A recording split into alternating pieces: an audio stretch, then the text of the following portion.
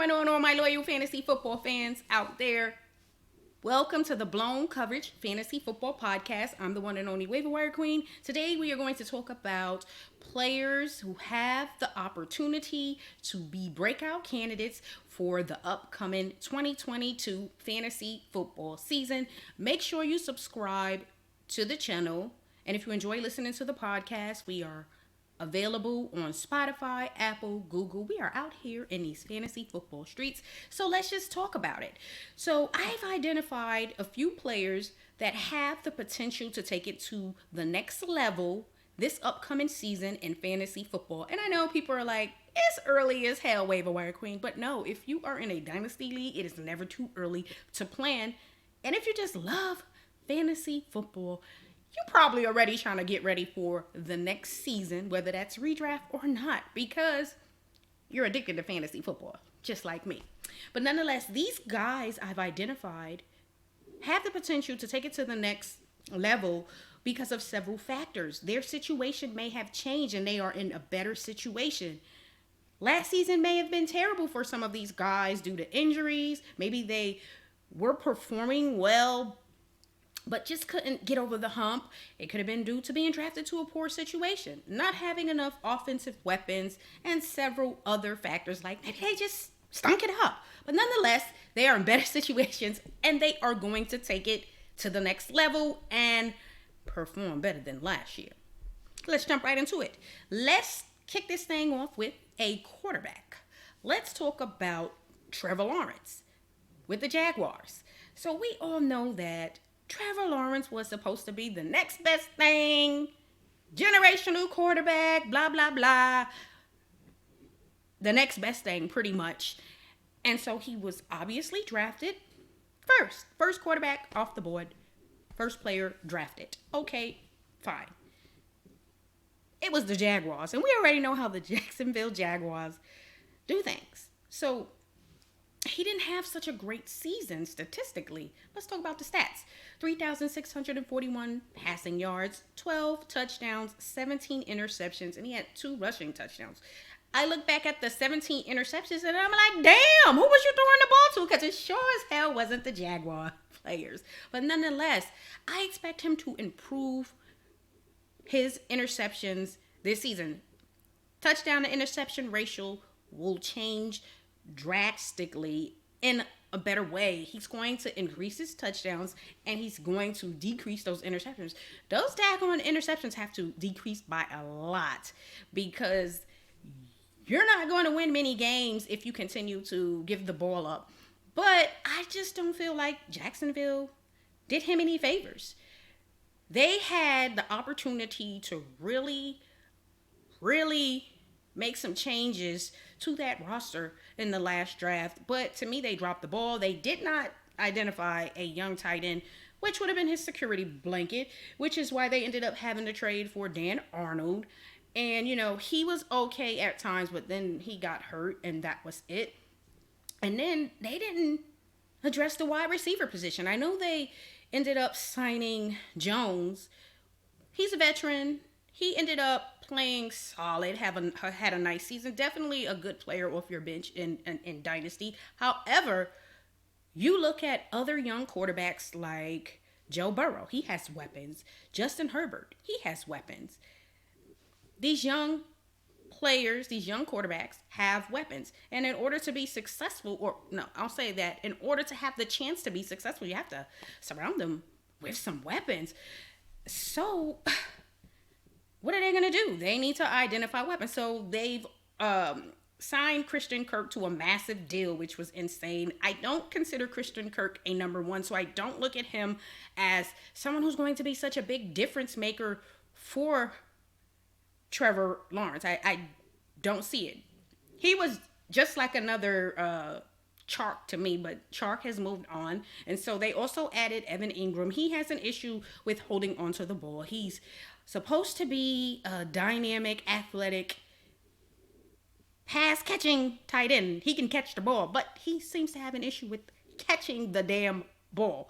But fresh start, maybe that will change. We'll have to see. So I'm not against the signing of, either one of these players, I think the Evan Ingram signing will pay off. But the Christian Kirk, to me, was just way too much money. But again, what they're going to have to do for Trevor Lawrence is to continue to surround him with offensive weapons. I like Robinson. I like Travis Etienne. We'll get to see what he's going to be able to do this year. And they played together in college, so I think that's going to help him.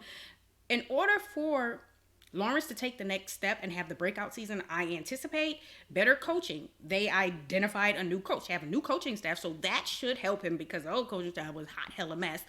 But new coaching staff, that should help and continue to add offensive weapons. I still don't feel like they have a number one wide receiver, and Evan Ingram is going to have to make sure he holds on to the ball. I think at times Evan Ingram may lose some time to Dan Arnold because Dan Arnold can hold on to the ball he's going to catch the ball.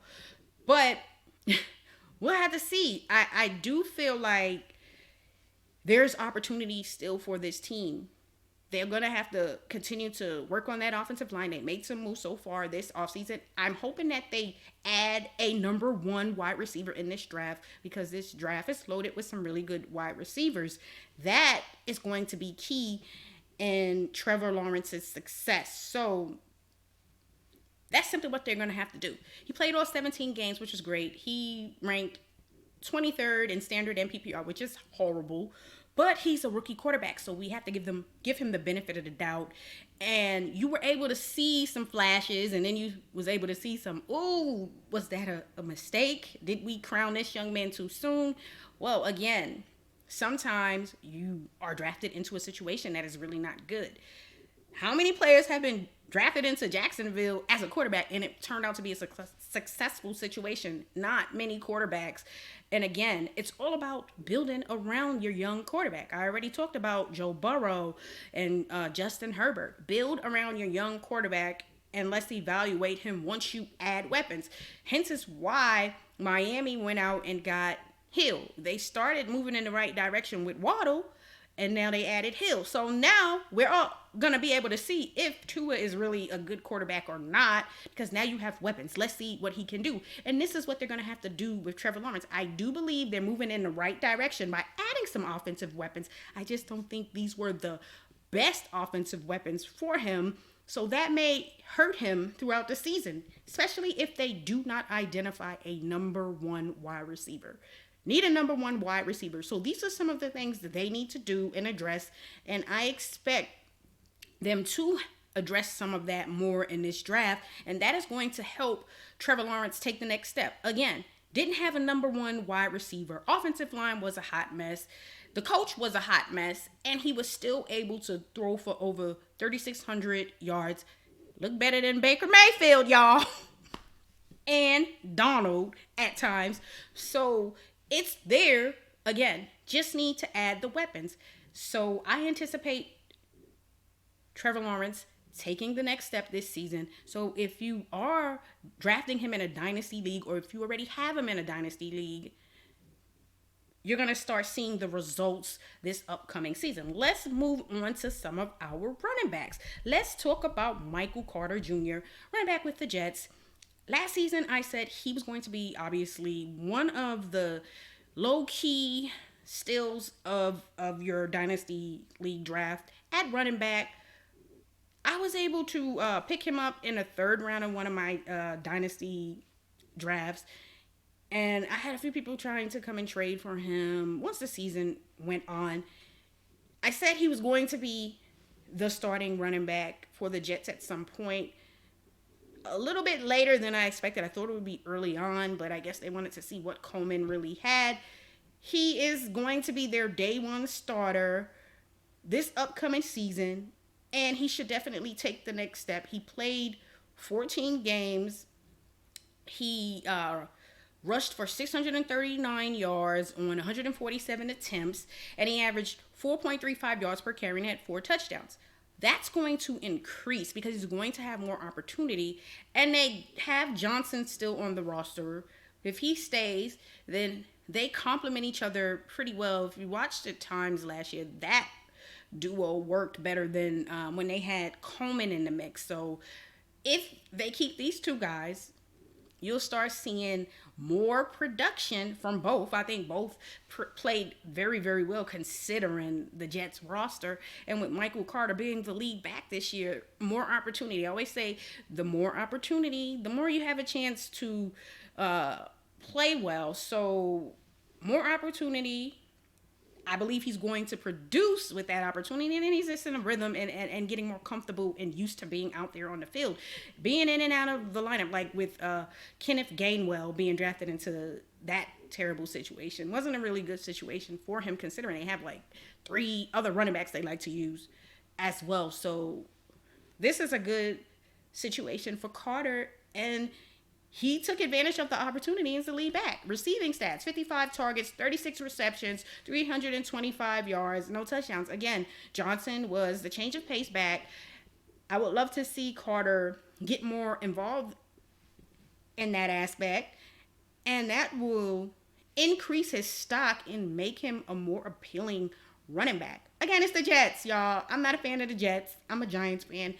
But at the end of the day, Michael Carter Jr. is a very good young running back. If you have him on your team in a dynasty league, this is definitely a good move. And again, you'll start seeing more of a reward on, you'll see a higher return on your investment this season because he'll be the full-time starter because they believe in him and he will produce. So it's not going to be a shocker if he hits at least 900 rushing yards this season because I think the Jets will be much more improved. I think Wilson will be better. The offensive line will be better. And hopefully they'll add more offensive weapons at the wide receiver position, which is going to help as well. So if you have Michael Carter Jr. in your dynasty league, good for you. Okay, I have him in one. I traded him in another, but I was able to make a good deal, which is going to help me secure some other assets in this upcoming draft. Let's talk about Elijah Mitchell. He's on this list, and maybe he shouldn't be on this list because he already, to some, had his breakout season. A lot of people didn't even know about Elijah Mitchell with the 49ers because they got like 8,000 running backs on the 49ers. So it's like, who? What? I thought it was going to be someone else. It wasn't Sermon. Going into the 2021 draft and up until training camp, all everyone talked about out of those rookie running backs was Trey Sermon. Everyone was drafting Trey Sermon. No one was checking for Mitchell. But there were a few people, and I watched them. They drafted Mitchell in a dynasty league that I'm in, and they hit on him. Trey Sermon did not play well at all. It wasn't a good year for him. Hence is why he was moved. He was kindly moved to the bench, and Mitchell took advantage of the opportunity. Again, you never know how many opportunities you're going to have. So when you get that opportunity, you got to make the most of it. And he most certainly did. He only played 11 games. So he had some injuries. But in 11 games, he rushed for 963 yards on 207 attempts. And he averaged 4.65 yards per carry and had 5 touchdowns. That is impressive for a guy who some people picked up off waivers. So if you were able to pick him up off waivers like I did, and I only did this move, this was early on. I only did the move because I was like, well, I don't want my competition to be able to pick him up. And I know that I have more fantasy funds to spend. So I spent like, $1 more than he had. And everybody was like, oh, you're crazy for spending all of that. And he played well for me. He helped my team. And now I have a running back who I didn't have any plans for. And I know, again, they were like, you're spending too much money. But I didn't have any plans for the funds. And so sometimes you just got to take a chance. And who's to say that I can't use him as trade bait? You don't always just think about it as, oh, you need to keep your money, or just think about, well, you picking up the hottest player.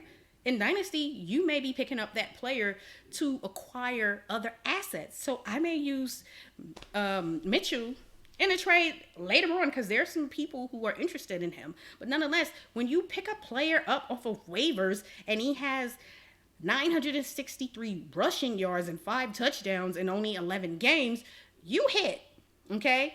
Let's talk about his receiving stats. 20 targets, 19 receptions, which which means he's efficient. Didn't have a lot of opportunities in the receiving game, but he is efficient. And he had 137 receiving yards on the season and 1 touchdown. Would love to see him more involved in that role.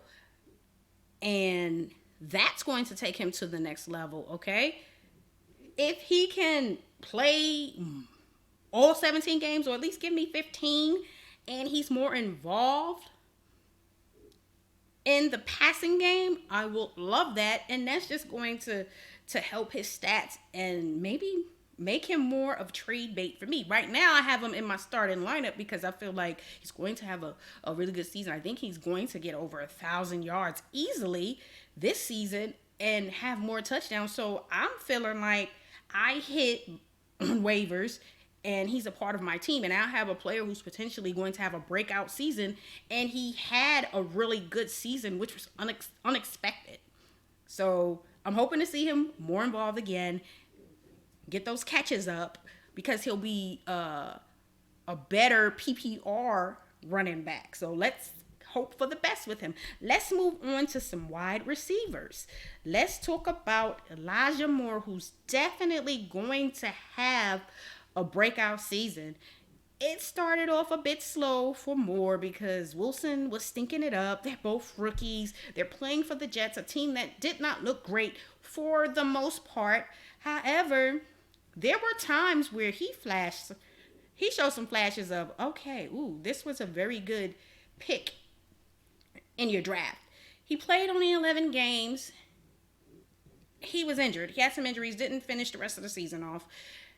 And that's fine, but with a more consistent Wilson, more offensive weapons, better coaching, he's definitely on the rise, on the verge of some great things for the Jets. Let's talk about his stats. 77 targets, 43 receptions. Most people would say that is inefficient. I think that was more of the quarterback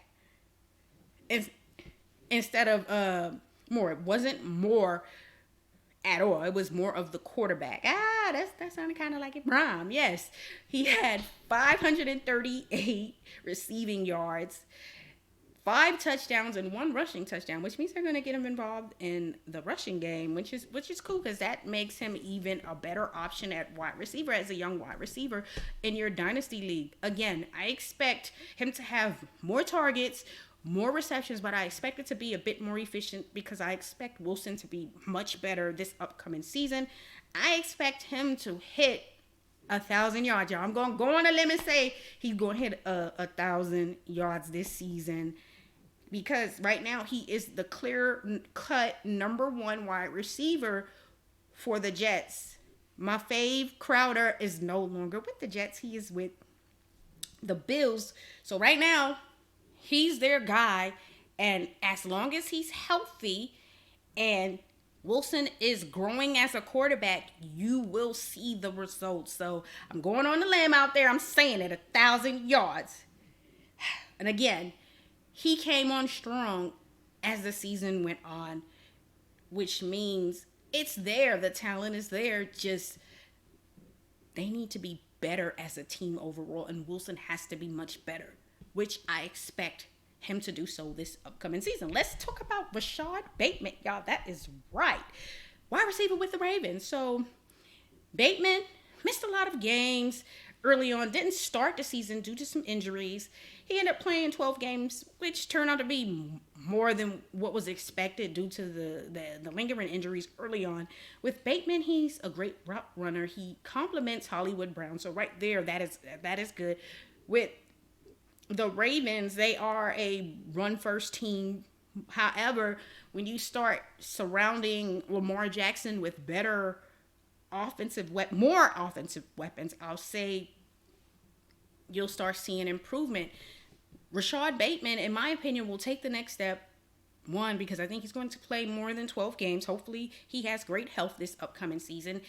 And they're going to utilize him more. He's a great route runner. So he's going to be more involved. And when you think about it, with Jackson missing the last few games of the season and him not starting off the season, they really didn't have the great connection, that rapport that you look for with the wide receiver and their quarterback. But again, training camp, full season together, you're going to see that. And again, great route runner.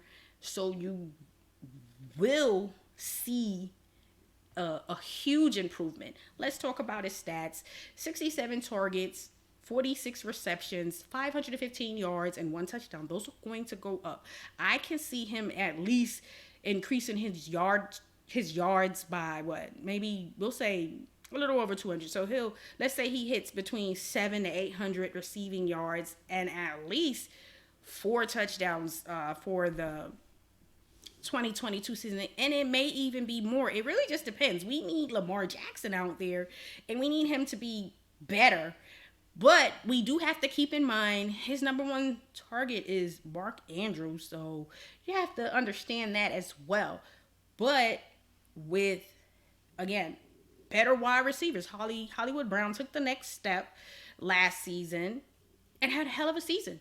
So that made it a little bit easier. But again, Lamar Jackson has to be better as well, and the coach has to stop making some crazy decisions. Cost him, 2 games, I believe. So better quarterback play, health, and better coaching will lead to him having a better season. So check for Rashad Bateman. Okay, I have people trying to trade for Bateman in one of my leagues, and they're really not giving me what I'm looking for. So I'm pretty much at this point going to hold on to him unless they give me exactly what I am looking for in Bateman. Let's talk about Jerry Judy. I didn't have him on my list early on, but Russell Wilson was traded to the Broncos, so Jerry Judy is on my list. Obviously, everyone was expecting some great things from Jerry Judy when he was drafted by the Broncos. But what do you expect when your quarterback play is horrible? Drew Lock. Woo, hell to the no. Teddy Bridgewater, better than Drew Lock, but hell to the no. Just did not work. So the Broncos wide receivers struggled, okay? Sutton trying to get healthy this past season. I understand that. Judy, he was starting off strong, but ended up with that ankle injury. I thought he was going to miss the whole season. He was fortunate to be able to come back, and he ended up playing 10 games for the season, but didn't have a good season. And most of that was the quarterback.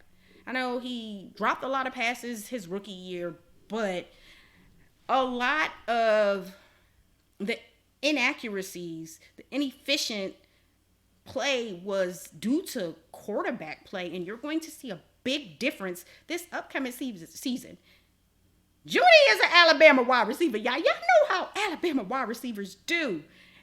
And the season he had last year with injuries and his stats overall, you can't do nothing but go up. So Judy is on my list because you can't get no worse than what he did last year. And again, injuries and then bad quarterback play. But now you have a legit quarterback, a quarterback who's going to get you the ball. Judy's going to have a career year. And again, I say because you can't do any worse than last year unless he just doesn't play this season, which we hope not. We hope he's healthy and able to play all games, which I expect him to do. And I'm going to go out there to say he's going to have a 1,000-yard season because he has a legit quarterback. Wide receivers tend to struggle when their quarterback play is horrible. Just keeping it 100 with you guys. With the Russell Wilson in the building, it's going down, and Jerry Judy is going to have a career year. If Sutton is healthy enough, because, to me, last season was all about getting healthy. This year, you're going to see the old Cortland Sutton, and you're going to see these two work well together with the great Russell Wilson. I wouldn't be shocked if both Sutton and Judy go over 1,000 yards with Russell Wilson. So if you can get Jerry Judy, because he's a very, very buy low option, because let's be real, most managers have given up on him. I haven't given up on him. And I have people trying to inquire about him. I have Judy, Elijah Moore, in the same, and Bateman, all in the same league, young wide receivers, and I didn't trade any of them. I had them on the block, but nobody was interested. Now I'm going to tax people if they truly want him. It's going to be a high as hell price tag because, especially with Judy, it's going to be a career year for him.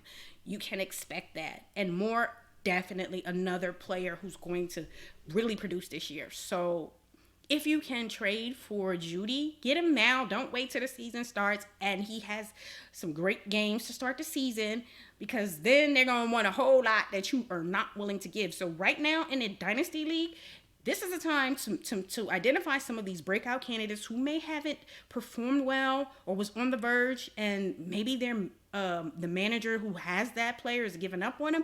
You may be able to get them for a really good price, which will be a steal after the 2022 season, because they are definitely going to produce. Now let's move on to some of these great tight ends. CLEMENT with the Bears.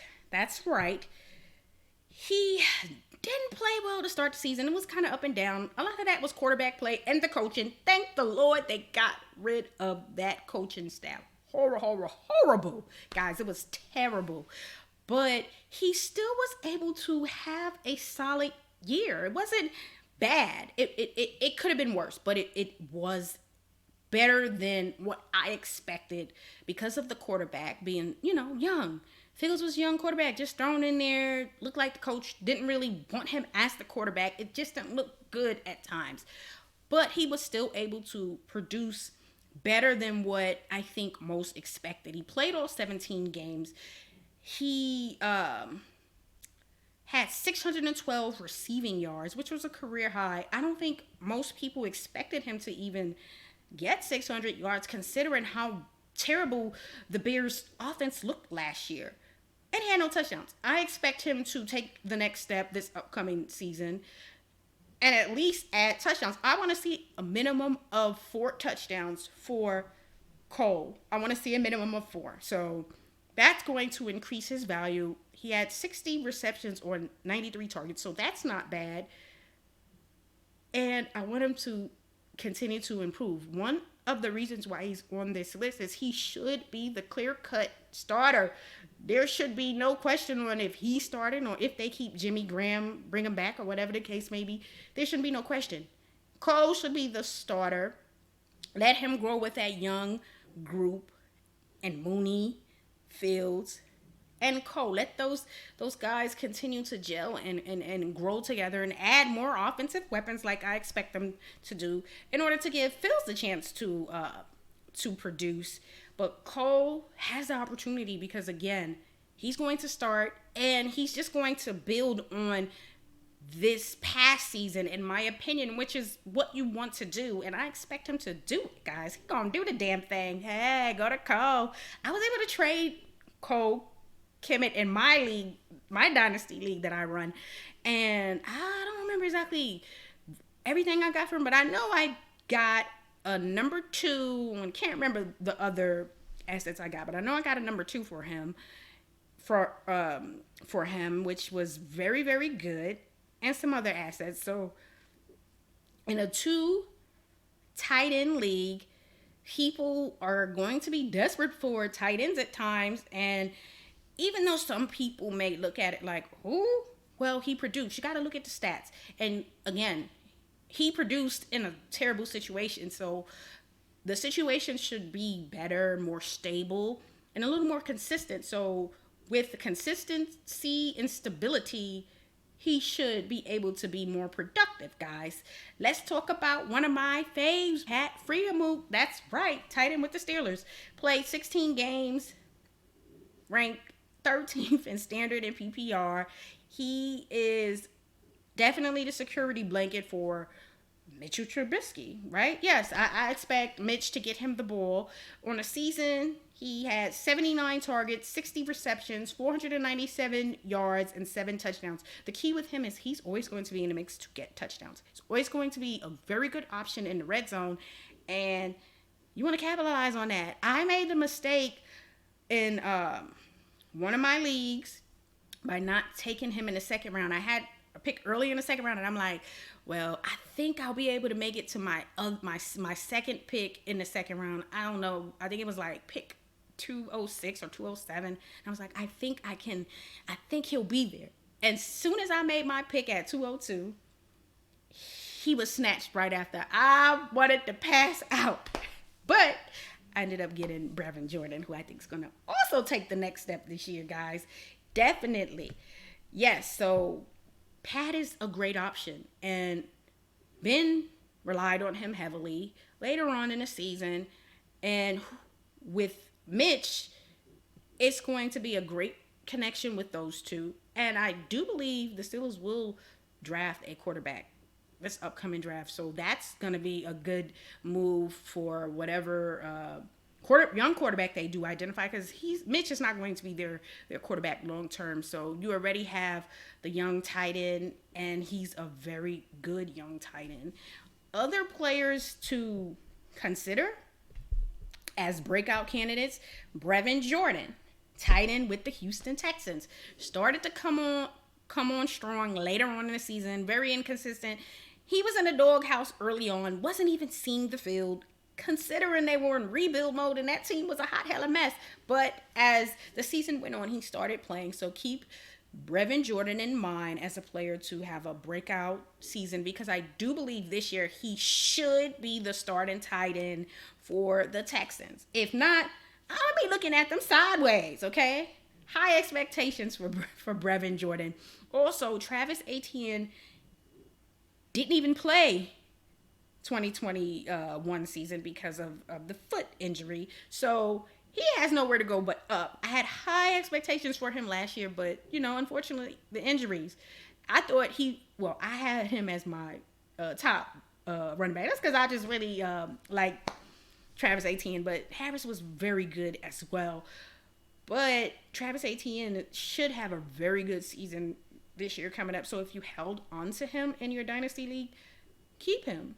Or if you're planning on moving on from him, make sure you get some good value for Travis Etienne. I'm not accepting nothing but a first for him in any of my dynasty leagues, because I'm just going to identify a running back in this draft, or maybe a wide receiver.